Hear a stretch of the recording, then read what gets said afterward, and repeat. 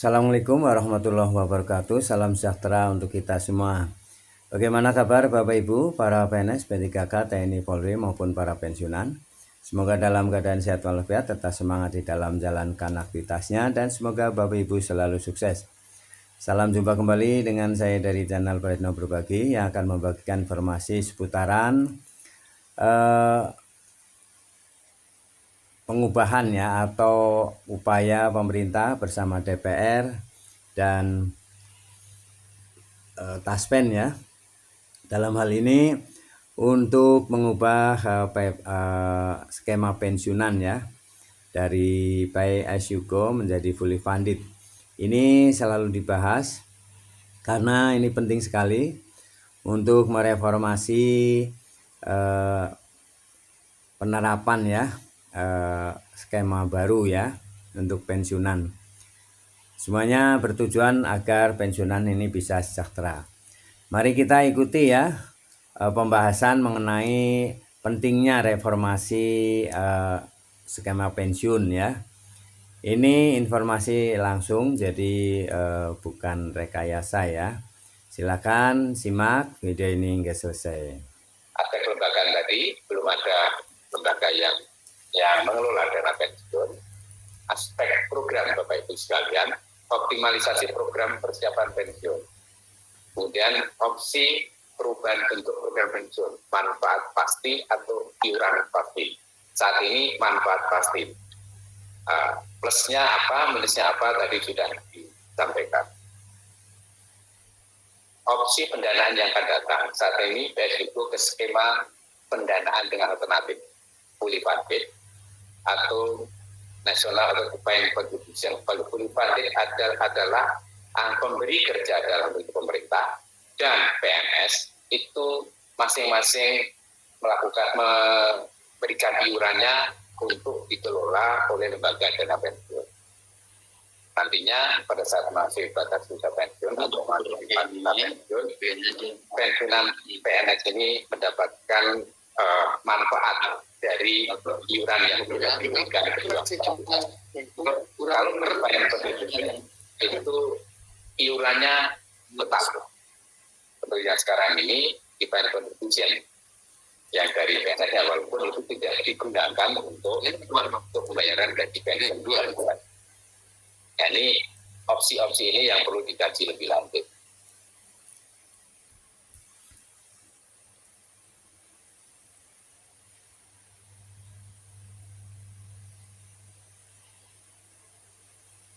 Nah, sistem pensiun manfaat pasti defined benefit seperti yang sekarang berjalan, besarnya manfaat pensiun sudah ditentukan di awal. Ada persentase tadi.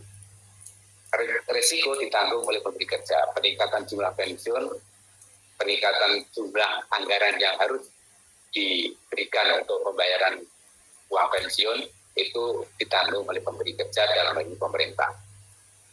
Kalau kita geser ke iuran pasti, besaran manfaat pensiun tergantung dari besarnya akumulasi iuran dan hasil pengembangannya. Nah, ini risikonya ditanggung oleh peserta. Peserta akan mendapatkan manfaat sesuai dengan hasil pengembangan yang dilakukan oleh lembaga pengelola dana pensiun. Kalau sistem pembiayaan PSU ini pemberi kerja tidak perlu menyiapkan infrastruktur pengelolaan dana. Tidak ada iuran pemerintah karena pemerintah membayar sepenuhnya berapapun besaran dana pensiun yang diperlukan tiap bulan. Pemberi kerja akan menanggung beban pensiun yang sebagian besar. Sebaliknya, jika fully funded, pembiayaan pensiun dari pengelolaan, beban pemberi kerja akan menjadi ringan apabila akumulasi iuran diinvestasikan dengan baik. Tapi resikonya bisa ada risiko di sana, yaitu ketika investasi tidak memberikan keuntungan yang signifikan untuk menjadi manfaat bagi PNS atau pensiunan PNS. Nah, kemudian juga pemberi kerja harus menyiapkan infrastruktur pengelolaan dana yang baik dan profesional. Nah, saat ini sepertinya belum ada itu. Nah, bagaimana Bapak Ibu sekalian? Ini sebetulnya nanti lebih banyak Pak Agung Mulyana yang bisa menyampaikan bagaimana kita mempersiapkan diri kita untuk mati masa pensiun. Ini hanya saya baca-baca saja dari berbagai literatur dan mungkin juga berbagi pengalaman dari banyak senior-senior kami, senior saya, baik di BKN maupun di instansi lain. Dari siklus keuangan, jauh-jauh hari kita perlu menyiapkan keuangan kita untuk masa pensiun. Kalau ini mungkin Prof. Bidan bisa memberikan sharing pengalaman beliau, karena saya tahu bagaimana Prof. Bidan menyiapkan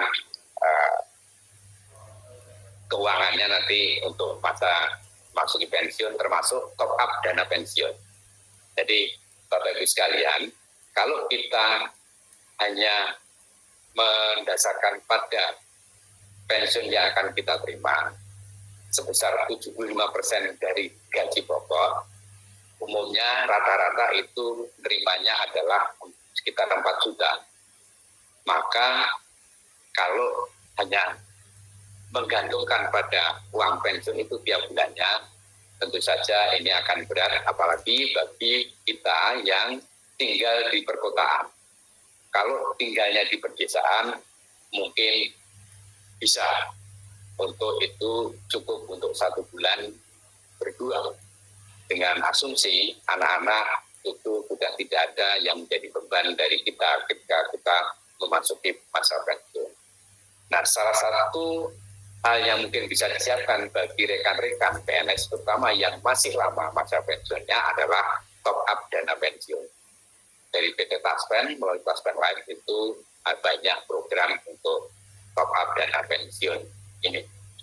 Kemudian persiapan bisnis dan lain-lain. Kemudian Bapak Ibu sekalian, dari sisi psikologi ada perlu penyiapan dari mental dan psikologis kita, apalagi kita yang biasanya yang jabatannya tinggi, ketika menghadapi pensiun itu seringkali orang melihatnya shock gitu. Kemudian kegiatan produktif ini jauh dari sebelum masa pensiun, saya sarankan jangan saat mendekati masa pensiun.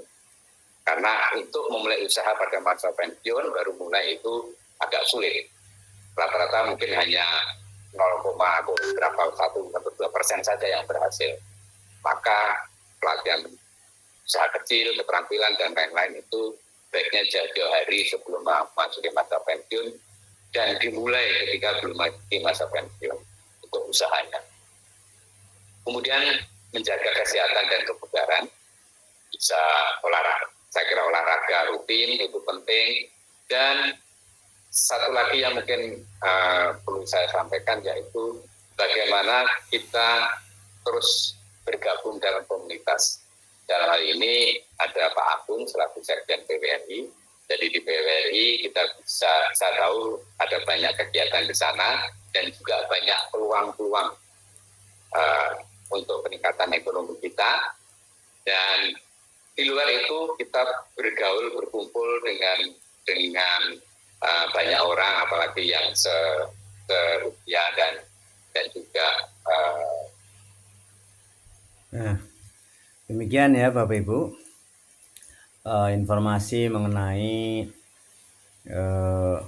perbedaan ya, perbandingan antara skema Pay as you go dengan fully funded dan berbagai informasi berkaitan dengan persiapan sebagai pensiunan, kemudian opsi program ya, program Bapak Ibu untuk pensiunan ini tadi ada dijabarkan ya, mengenai kesehatan kebugaran ini penting, kemudian kegiatan produktif juga seharusnya diawali di saat Bapak Ibu aktif ya, menjelang pensiun, jadi sudah bisa berjalan ya, bisa berlangsung. Mengenai keuangan juga ini dirasa bahwa untuk yang skema sekarang ya, para pensiunan itu bisa mendapatkan gaji hanya sekitar 75% atau sekitar 4 juta ya dari gaji yang waktu aktif ya. Jadi kalau 4 juta untuk kehidupan di kota ini rasanya memang agak berat ya. Tetapi kalau di maaf di pedesaan mungkin 4 juta ini bisa mencukupi ya, baik untuk misalnya masalah sayur mayur mungkin bisa di lahan pertaniannya ya. Dan secara psikologis juga mesti ada saling ini silaturahmi ya antar para pensiunan sehingga bisa saling memberi hal yang positif ya. Terima kasih Bapak Ibu telah menyimak video ini, semoga ada manfaatnya. Sampai jumpa kembali. Jangan lupa subscribe, like, isi komentar. Assalamualaikum warahmatullahi wabarakatuh.